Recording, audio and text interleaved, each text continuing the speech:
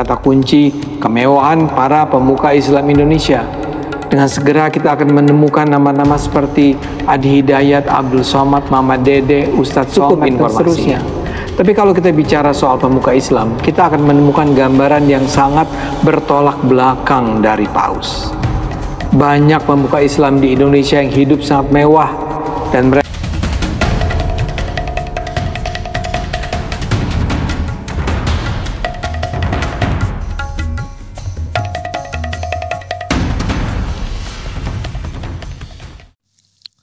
Assalamualaikum warahmatullahi ta'ala wabarakatuh. Kembali lagi bersama saya Almantiki Reaction, di mana di dalam kanalnya dia membahas tentang kesederhanaan Paus Fransiskus versus kemewahan Ustadz Abdul Somad, Ustadz Solmed, Mama Dedeh, Ustadz Adi Hidayat, dan lain-lainnya. Lalu jikalau kita melihat atas landasan apa Ade Armando mengambil tema ini dan mengambil judul ini? Memang kabar-kabar duka kita datang daripada sahabat-sahabat kita daripada pihak kekristenan dengan mereka ditinggalnya oleh Paus Fransiskus. Lalu di balik keseharian dan kehidupan Paus Fransiskus, Ade Armando membentuk Paus Fransiskus dalam satu frame bersama kemewahan Ustadz Abdul Somad, Ustadz Solmed, Mama Dedeh, dan Ustadz Adi Hidayat yang kemudian memfitnah di dalam kanalnya sendiri. Lalu kita ikhwanul muslim, bagaimana cara kita menyikapi di balik problematika yang dihadirkan oleh sang munafikun ini, yaitu Bro Ade Armando.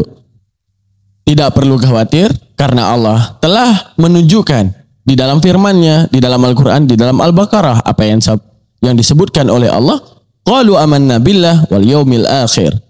Allah tutup ayat tersebut dengan kata-kata wa ma hum bimu'minin.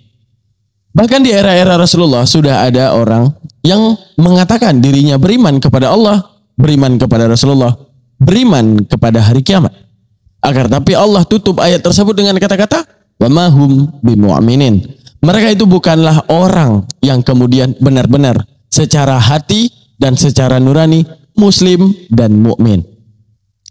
Lalu tidak menjadi heran jikalau di era sekarang ada sosok seperti Ade Armando, Kumaila Hakimah yang kemudian menjadikan agama sebagai bahan dagangan tanpa keilmuan, mencoba membahas keagamaan ataupun 180 derajat daripada ciri khas ataupun kenaturalan daripada agama tersebut. Jadi ada satu saran saya kepada ikhwanul muslim sekalian. Ketika ini orang mendapati daripada setiap apa yang dilakukan menjadi buah hasil yang baik untuknya, yaitu saat di kanalnya membahas tentang Islam di luar keilmuan apa yang dia tempuh terhadap Islam. Lalu kemudian video itu meraup tinggi pendapatan daripada AdSense YouTube-nya. Inilah yang akan membuat selalunya orang pembencinya akan terus ikut mensupportnya dan menjadi pembantunya. Karena secara tidak langsung adalah orang yang mensupport kanalnya dengan menonton setiap video-videonya. Karena mungkin ini adalah era akhir zaman, di mana saat kita membahas Islam dengan sebenar-benarnya, mungkin bukan lagi satu dagangan yang laris. Akan tetapi, ketika kita membahas Islam di luar daripada keilmuan Islam, mencoba memfitnah Islam, menjadi orang munafik, ini akan menjadi dagangan yang sangat laris di kalangan publik.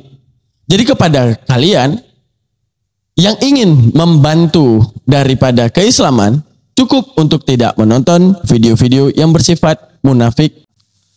Jadi tanpa kita perpanjang, mari sama-sama kita reaksi video daripada Ade Armando. Logika. Bagi yang tidak punya logika, skip aja. Kabarnya total kekayaan Paus Fransiskus almarhum itu hanyalah 1,6 juta rupiah. Saya ulang ya, 1,6 juta rupiah. Padahal gajinya dari Vatikan adalah 536 juta rupiah per bulan. Namun gaji itu tidak pernah diterimanya. Ia memilih untuk menyumbangkannya ke gereja, mendanai yayasan, atau memberikannya kepada anggota keluarga gereja. Buat saya ini fantastis.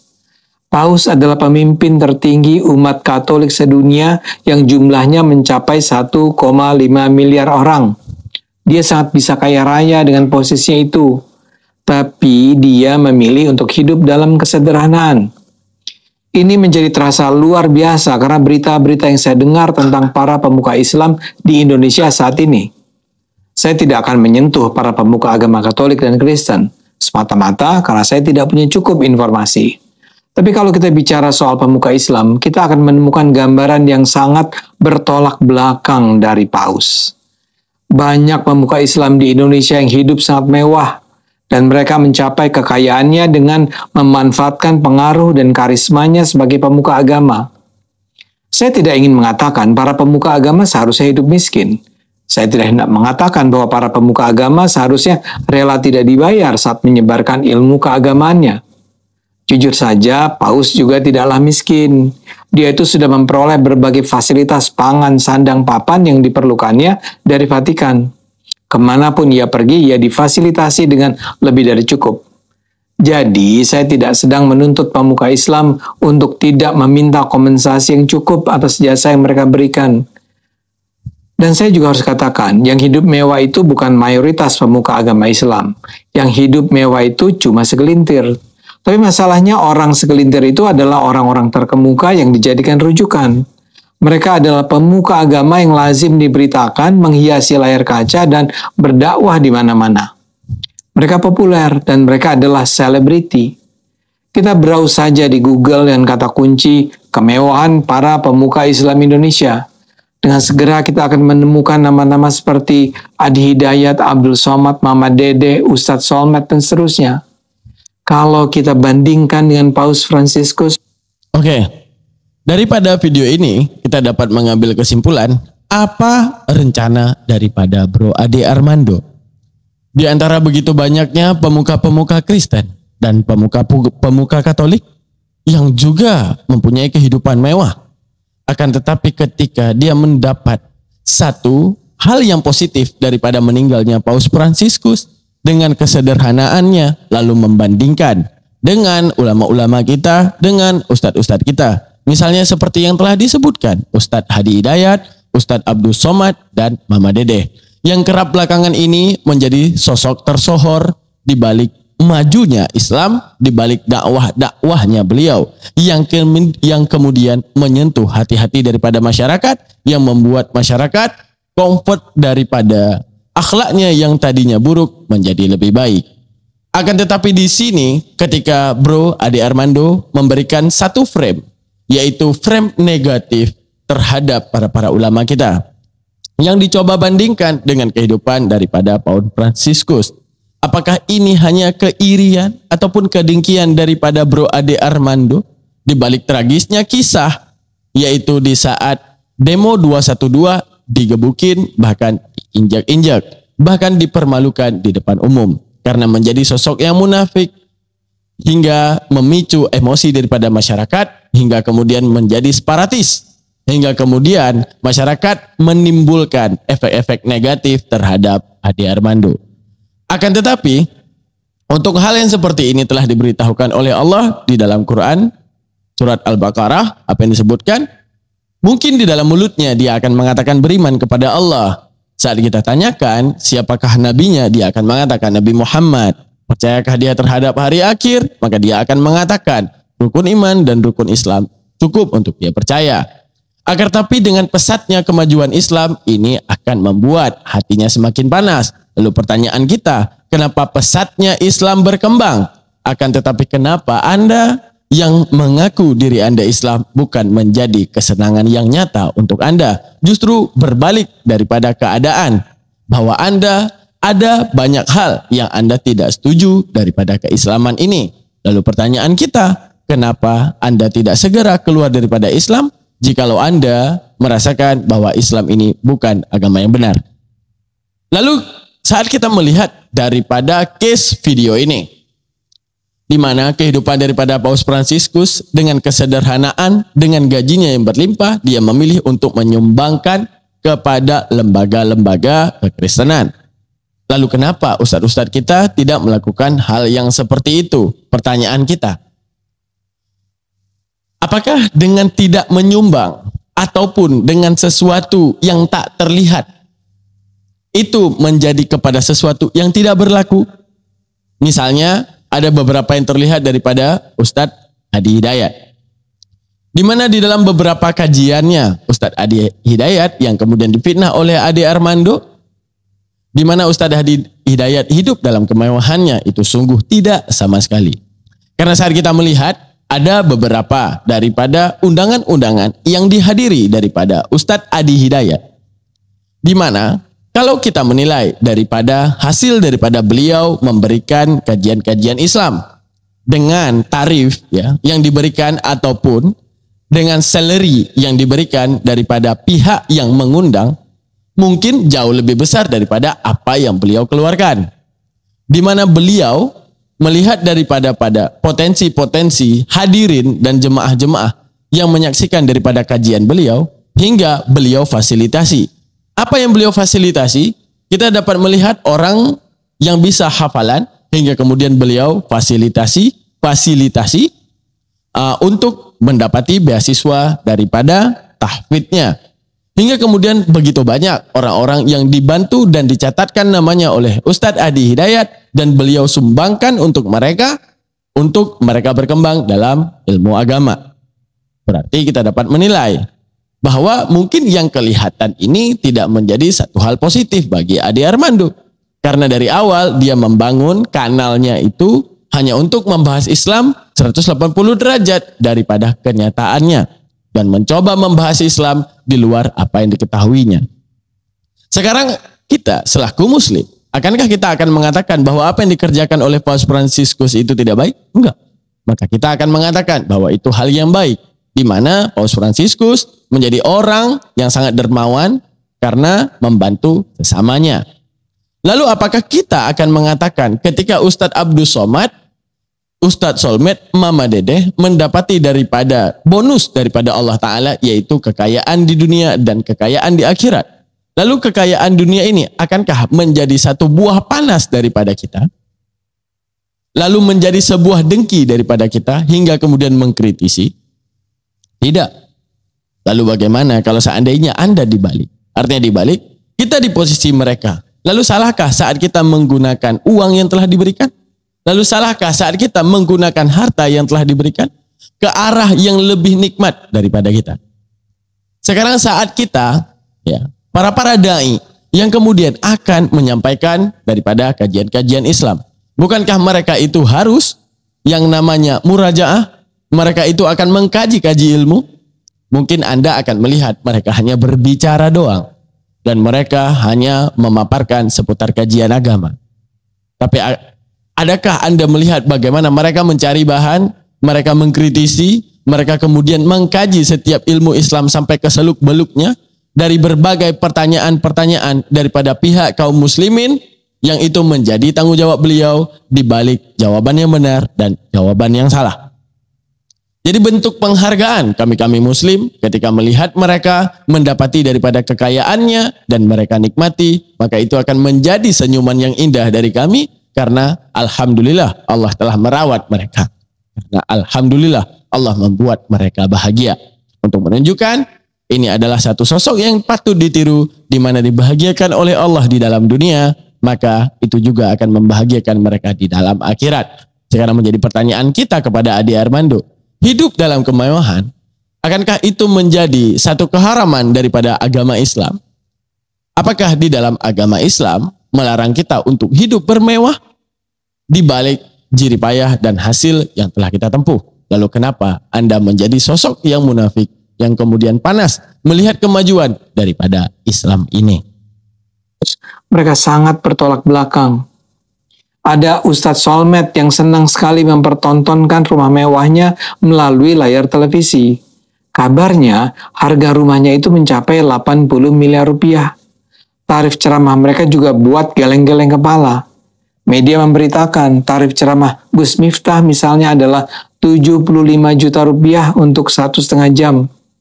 Ada juga Habib Utsman bin Yahya yang rumahnya berharga 40 miliar rupiah. Istrinya pun lazim terlihat menggunakan tas mewah.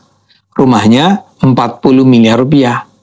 Ada pula Ustadz Abdul Somad, Penghasilan dari kanal YouTube-nya saja dikabarkan mencapai 1,6 miliar per bulan. Dia juga punya motor gede Harley Davidson dan mobil Jaguar XF. Dengan motornya itu ia sering melakukan tur bersama para pengguna motor gede lainnya ke berbagai wilayah. Lantas juga ada Mama Dedeh yang honor ceramahnya dikabarkan mencapai 40 juta rupiah per kedatangan. Dan diberitakan ia memiliki rumah yang berlapis emas. Ada pula Ustadz Riza Muhammad yang punya private salon, gym, dan kolam renang di rumahnya. Bayarannya mencapai 30 juta sampai 50 juta rupiah per sekali tampil. Itu cuma sebagian contoh yang dengan mudah saya browse lewat Google. Tapi saya rasa itu cukup untuk menggambarkan betapa gemarnya para ustadz-ustadzah itu berlomba mengumpulkan dan memamerkan harta. Padahal mereka hidup di tengah masyarakat Islam yang mayoritas itu miskin. Padahal dalam ayat Quran ada ayat-ayat yang mengutuk orang-orang hidup dalam kemewahan. Tapi peringatan itu seperti tidak berdampak pada kesadaran nurani mereka. Ya, kita telah melihat di dalam video tadi, Ade Armando memamerkan bahkan menggempar-gemporkan daripada penghasilan daripada setiap pendai dan penceramah tersebut. Sekarang kita melihat, dia juga tanpa keilmuannya membawa satu dalil di dalam Al-Quran yang bahwa Allah Subhanahu Wa Taala membenci orang yang hidup bermewah. Sejak kapan? Pertanyaan kita. Untuk menunjukkan tidak. Lalu untuk apa Allah akan memberikan kita kaya kalau Allah membenci hal tersebut? Akan tetapi justru mention daripada Al-Quran yaitu adalah orang yang menghambakan diri terhadap duniawi. Yaitu sama seperti Anda, Bung Ade Armando. Ketika Anda tahu satu celah daripada Ikhwanul Muslim, satu celah daripada Ikhwanul Muslim untuk penghasilan Anda di balik AdSense YouTube yaitu dengan memfitnah Islam, yang kemudian Anda akan mendapati satu penghasilan yang tinggi karena bencinya orang Muslim saat menonton video Anda. Sadarlah wahai kaum Muslim, dengan Anda menonton video Ade Armando, Anda adalah garda terdepan daripada orang yang akan membantu Ade Armando. Maka pantaskah seorang yang munafik seperti Ade Armando untuk kita tonton? Maka fikirkan kembali.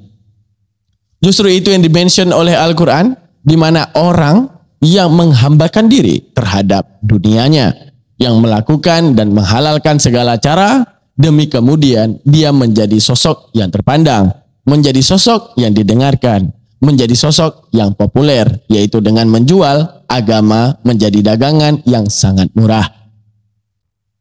Jadi di dalam hal tersebut, kita dapat melihat hal positif apa yang dapat kita ambil daripada mewahnya hidup Ustadz Abdul Somad, mewahnya hidup Mama Dedeh, mewahnya hidup Ustadz Solmed. Untuk menunjukkan apa? Stigma negatif daripada masyarakat bahwa penuntut ilmu agama ini tidak memiliki masa depan. Artinya, rentannya masyarakat kali ini ataupun di era akhir zaman ini, di mana mereka lebih khawatir daripada jenjang pendidikan anak-anaknya di balik duniawinya. Akan mereka melupakan kehidupan apa yang harus ditempuh oleh anaknya, dirinya, dan keluarganya setelah kemudian dihadapi oleh kematian. Lalu bukankah ini menjadi sosok ya ataupun kebanggaan yang akan memberikan satu prestasi positif. Arti prestasi positif yang akan menginjek ke dalam pikiran-pikiran masyarakat bahwa pendidikan agama ini menjamin daripada kehidupan. Bahwa dengan mengambil dan memetik ridha Allah itu kemudian akan membuat orang-orang kemudian dimuliakan oleh Allah Ta'ala di dalam dunia, apalagi di akhirat. Lalu kalau kita mendapati kemewahan, hanya mendapati kemewahan itu di dunia, itu sudah lazim terjadi dan sering terjadi. Lalu dengan ustadz-ustadz seperti Mama Dedeh, Ustadz Abdul Somad, Ustadz Hadi Hidayat, bukankah Allah sedang menunjukkan betapa hambanya Allah muliakan di dunia dan Allah muliakan di akhirat?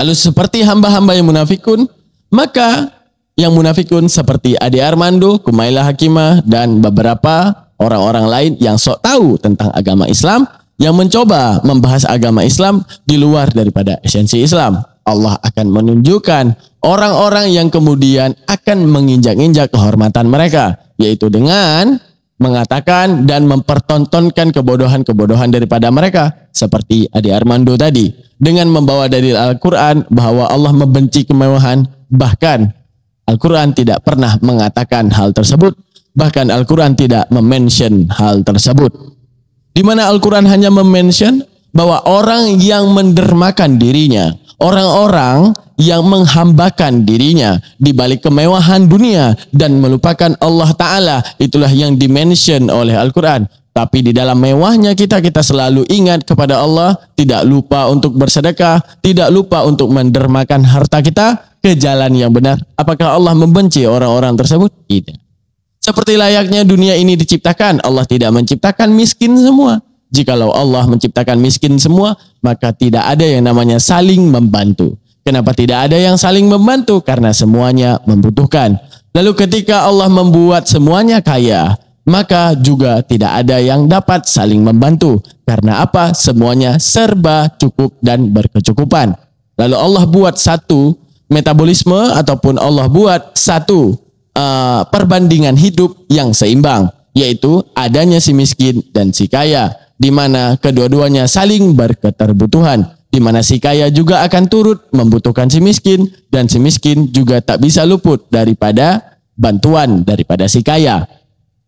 Lalu kita melihat di dalam video ini, hati-hati dalam menonton video ini, bagaimana jikalau video ini sampai kepada masyarakat awam, video-video daripada Ade Armando ini sampai kepada masyarakat-masyarakat yang tidak tahu menahu soal ilmu, apalagi sampai ke telinga anak-anak.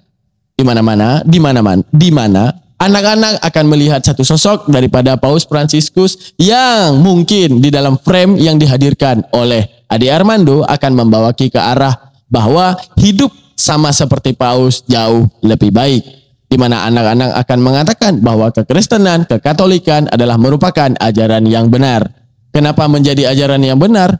Mereka dengan kemewahannya dapat melupakan segala kemewahannya demi menghambakan diri kepada Tuhan. Maka inilah Tuhan yang benar. Maka jangan heran, maka jangan ragu jikalau generasi-generasi kita dengan kehadirannya Ade Armando, dengan kehadirannya Kumaila Hakimah, Islam bukan lagi menjadi opsional daripada agama yang benar. Karena dihadirkan oleh mereka dalam satu frame yang sifatnya negatif terhadap ustadz-ustadz kita. Maka suatu saat ustadz-ustadz kita bukan lagi menjadi satu pendengaran yang menarik, satu keilmuan yang harus dicari, satu kajian yang harus dituntut. Agar tapi mereka, karena dengan hadirnya orang-orang yang seperti ini, akan dituntut daripada orang awam, orang-orang yang menyimak, akan memberikan statement-statement dan bahkan argumen-argumen negatif terhadap itu orang, terhadap ustadz-ustadz kita, karena menonton video-video yang berjenis seperti munafikun ini.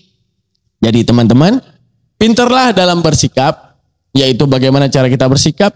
Cukup untuk tidak menonton dan mensupport. Jangan kita jadikan setiap dagangannya laris keras. Maka setiap dagangannya, sang munafikun ini membahas Islam kepada sesuatu yang tak berilmu, menjadi dagangan keras terhadap umat-umat muslim, menjadi dagangan keras terhadap kita yang penasaran, di balik mereka memfitnah Islam. Sekarang dengan mudah teman-teman, kalau ingin cari uang di YouTube, yaitu dengan menjual agamamu dan kemudian fitnah agamamu. Tapi kamu jangan pernah berpindah agama. Kamu itu cukup menjadi agama tersebut. Jadi agama tersebut, fitnah agama tersebut.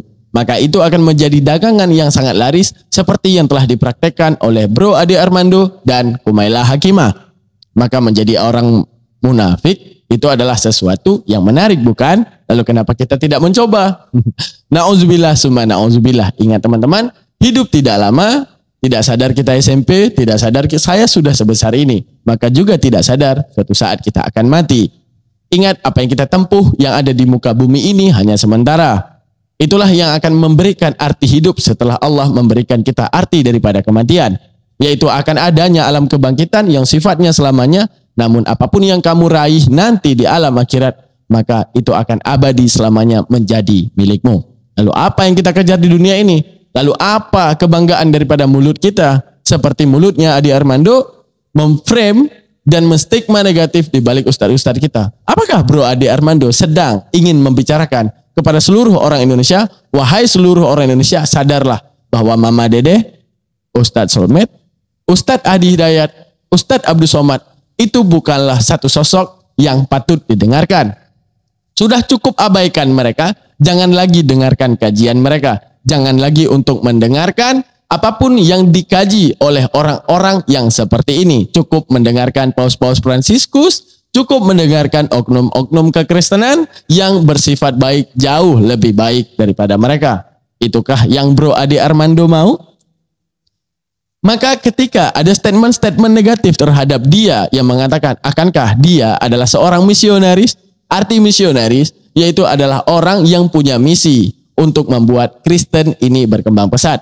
Makanya tak heran daripada beberapa omongan ataupun obrolan ya seputar dunia MUI, dia selalu memprotes kenapa ibadah kekristenan selalu diganggu. Bahkan dia menjadi sosok terdepan untuk adanya toleransi dibangunnya banyak gereja di Indonesia. Lalu apa yang dia harapkan? Lalu apa yang dia maukan? Untuk menunjukkan apa? Semunafik apa dirinya. Tapi untuk orang yang seperti ini, Al-Baqarah telah cukup menerangkan. Sekalipun dia mengatakan beriman, sekalipun dia mengatakan mencintai Allah dan Rasulnya, ingat, wama hum bimu'minin, dia bukanlah orang mukmin. Jadi teman-teman, berhati-hatilah dalam menonton video. Maka patutlah kita mewanti-wanti video seperti ini agar tidak sampai kepada kuping orang awam, agar tidak sampai kepada pendengaran anak-anak yang anak-anak begitu cepat dalam memproses informasi. Bahwa nanti suatu saat jangan heran jikalau ada generasi kita yang mengatakan bahwa Ustadz bukan pilihan yang tepat, tapi lebih baik menjadi Kristen untuk menjadi pribadi kasih di dalam ketuhanan Yesus Kristus. Mungkin itulah harapan daripada Bro Ade Armando. Mereka, kenapa harus mewah? Kita tidak berharap mereka miskin, tapi apa perlunya mempertunjukkan kemewahan pada publik? Apa perlunya menetapkan tarif sedemikian tinggi? Sebagian dari pemuka Islam itu bahkan mencari-cari ayat dalam Al-Quran yang menjustifikasi kemewahan hidup mereka. Dan karena itulah saya merasa sangat terharu setiap kali membaca dan menyaksikan kesederhanaan Paus. Contoh kesederhanaannya tersebar begitu banyak. Ia misalnya menolak tinggal di istana apostolik kepausan yang disediakan baginya demi menghindari kemewahan. Paus lebih memilih untuk tinggal di apartemen 2 kamar yang biasa digunakan kardinal tamu. Sebelum meninggal, ia juga sempat berpesan agar pemakaman dirinya dilakukan dengan sederhana. Peti yang dipilihnya berasal dari kayu dan seng biasa. Ia pernah mengingatkan para pemimpin gereja untuk senantiasa mengenang bahwa Yesus memandikan orang kusta dan makan bersama pelacur.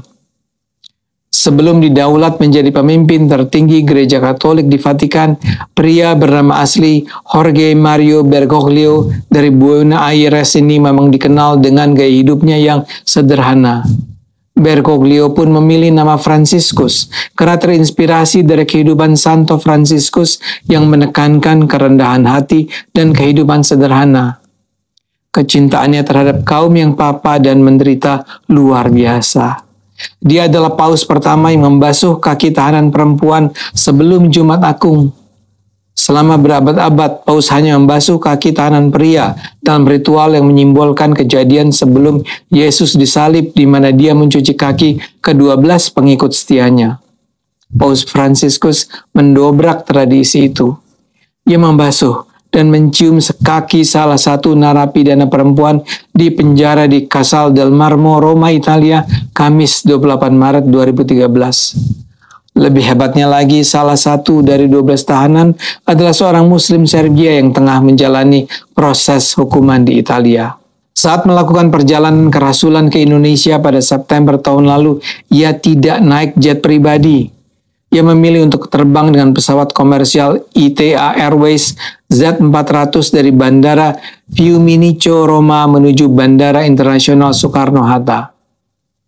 Paus sering terlihat mengenakan jam tangan dengan desain yang tidak mencolok. Contohnya, saat berkunjung ke Indonesia, seorang warganet di media sosial menyebutkan bahwa jam tangan hitam putih yang dipakai Paus Fransiskus adalah jam buatan perusahaan asal Jepang, Casio. Harga arloji tersebut diperkirakan $8 Amerika atau Rp124.000. Oke. Daripada apa yang dibangun frame oleh Ade Armando, sekarang kita dapat mengambil satu kesimpulan. Di mana dia membangun frame bahwa ulama-ulama kita, misalnya Ustadz Adi Hidayat, Ustadz Abdul Somad, Mama Dedeh, dan segalanya, dibalik daripada ikramah ataupun ta'diman daripada hadirin dan hadirat, jemaah yang ingin memuliakan mereka, yaitu dengan memberikan amplop ataupun memberikan bayaran ataupun salary di balik kajiannya. Sama seperti Paus Fransiskus yang dihadiahkan dengan gajinya yang telah disebutkan oleh Ade Armando tadi, bahwa dia memiliki gaji. Sekarang, kenapa kita membahas Paus Fransiskus ini tidak menolak gaji? Kenapa dia menerima gaji? Untuk menunjukkan apa? Ikramah daripada orang, bagaimana kemudian kita akan menolaknya? Begitu juga daripada para asatis kita. Ketika adanya ikramah terhadap kemunculan beliau di balik kajian-kajian Islam, untuk menunjukkan apa? Ini bukanlah satu hal yang harus ditolak. Sekarang, coba kita menanyakan kepada seluruh orang muslim, senangkah kita melihat dengan kehidupan Ustadz Abdul Somad yang begitu bahagia, yang dimuliakan oleh Allah? Maka kita akan mengatakan, dan sangat senang dan bahagia, karena hamba Allah yang kemudian memiliki ilmu tinggi seperti ini masih Allah jaga.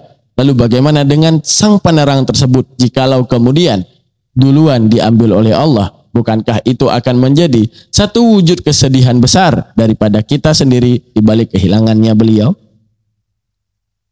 Lalu apa yang membuat Bro Ade Armando ini begitu kepanasan dan kejang?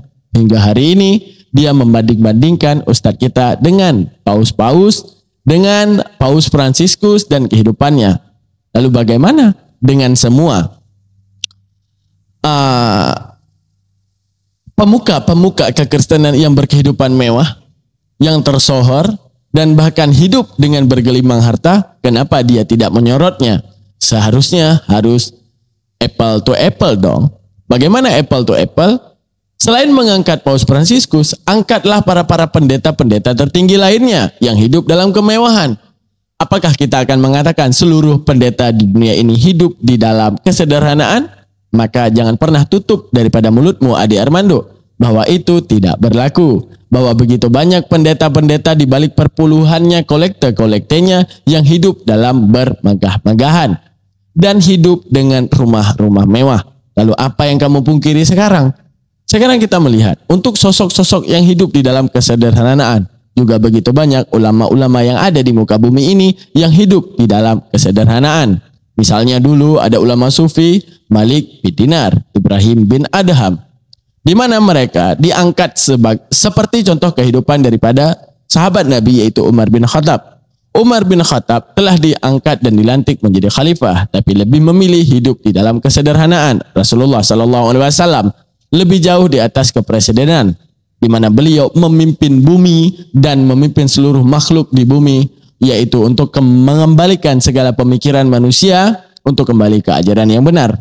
Adakah Rasulullah bergelimang harta? Adakah Rasulullah hidup di dalam kemewahan? Tidak. Tapi beliau memilih apa yang beliau pilih, yaitu beliau lebih memilih hidup di dalam kesederhanaan. Akan tetapi, andaikan Rasulullah hidup dalam kemewahan, apakah kita kaum muslimin memandang Rasulullah sebagai sosok yang kecil? Satu sosok yang rendah? Tidak. Justru kita yang akan mengatakan, Alhamdulillah ya Allah, Rasulullah begitu bahagia dengan kemewahannya. Itulah hati seorang orang muslim, yaitu ketika melihat gurunya, ketika melihat asatisnya dibahagiakan oleh Allah, Allah saja sudah membahagiakannya. Lalu kenapa kita menjadi panas dengan segala kebahagiaan yang diberikan oleh Allah khusus untuknya? Sekarang daripada Umar bin Khattab adalah sosok yang menjadi khalifah, tapi beliau lebih memilih hidup di dalam kesederhanaan.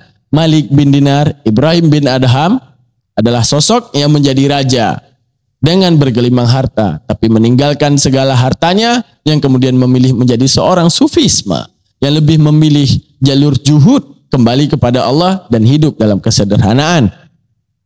Lalu bagaimana kita menyikapi daripada setiap apa yang dihadirkan oleh Ade Armando di balik perbandingan antara Paus Fransiskus dan ustadz-ustadznya kita dapat mengambil satu kesimpulan bahwa ini orang hanya ingin mengatakan ke seluruh rakyat dan masyarakat Indonesia, wahai yang awam, nontonlah videoku. Maka dengan nonton videoku, maka kembalilah ke Kristenan. Daripada kalian harus Islam, kalian akan hidup sama seperti ustadz-ustadz ini, membanggakan harta, membanggakan kemewahan, akan tetapi itu justru akan membuat orang Indonesia menjadi negatif. Mending kalian masuk Kristen. Dengan kalian masuk Kristen, hidup kalian akan lebih teratur, lebih kembali kepada Tuhan, sama seperti yang dilakukan oleh Paus Fransiskus. Mungkin inilah misi daripada Ade Armando, jadi teman-teman berhati-hatilah. Maka daripada video ini akan memberikan satu edukasi kepada teman-teman sekalian dalam menyikapi video ini, yaitu dengan tidak menonton lagi video-video yang sifat kemunafikan tersebut daripada yang dihadirkan oleh Ade Armando, Kumailah Hakimah. Karena secara tidak langsung, dengan Anda menontonnya, dengan Anda menyaksikannya, Anda sudah cukup membantu daripada kehidupannya. Dan ini orang juga nanti akan lebih gempar dan menggelegar bahkan brutal akan membahas keislaman. Kenapa? Karena dia tahu dengan memfitnah Islam merupakan sumber pendapatan. Jadi dengan menjual agama, yaitu dengan memfitnah agama, tanpa perlu harus menuntut ilmu dan tahu tentang agama tersebut, ini merupakan salah satu produk cuan yang paling bagus. Agar tapi tenang, di channel Bang Daman selalu akan menjawab daripada fitnahan-fitnahan daripada kaum-kaum munafikun dan kaum musyrikin yang kemudian ingin mencoba menghancurkan Islam. Maka mungkin inilah amanah untuk Bang Daman untuk menjaga pribadi-pribadi bangsa yang awam ataupun pribadi-pribadi daripada seorang anak-anak kita yang belum tahu tentang dalamnya Islam. Mungkin melalui videonya Bang Daman di sini akan cukup membantu mereka untuk menempatkan Islam sebagai prestige positif di balik satu agama yang benar yang datang daripada Allah. Terima kasih banyak teman-teman, jazakallah. Kita udah berada di akhir video. Terima kasih banyak. Mungkin saya akhiri. Sebelum kita akhiri, sebelum itu saya punya yang namanya hajat untuk membangun studio. Jikalau Anda ingin membantu, boleh yang ada di rekening yang ada di bawah ini untuk membantu saya bikin studio. Terima kasih banyak teman-teman. Saya ingin buka live podcast, di mana di dalam podcast saya akan saya undang ustadz-ustadz saya ataupun beberapa narasumber-narasumber menarik yang akan membahas dan mengkritisi setiap video-video pemfitnah Islam. Jazakallah, terima kasih banyak. Saya akhiri. Assalamualaikum warahmatullahi taala wabarakatuh.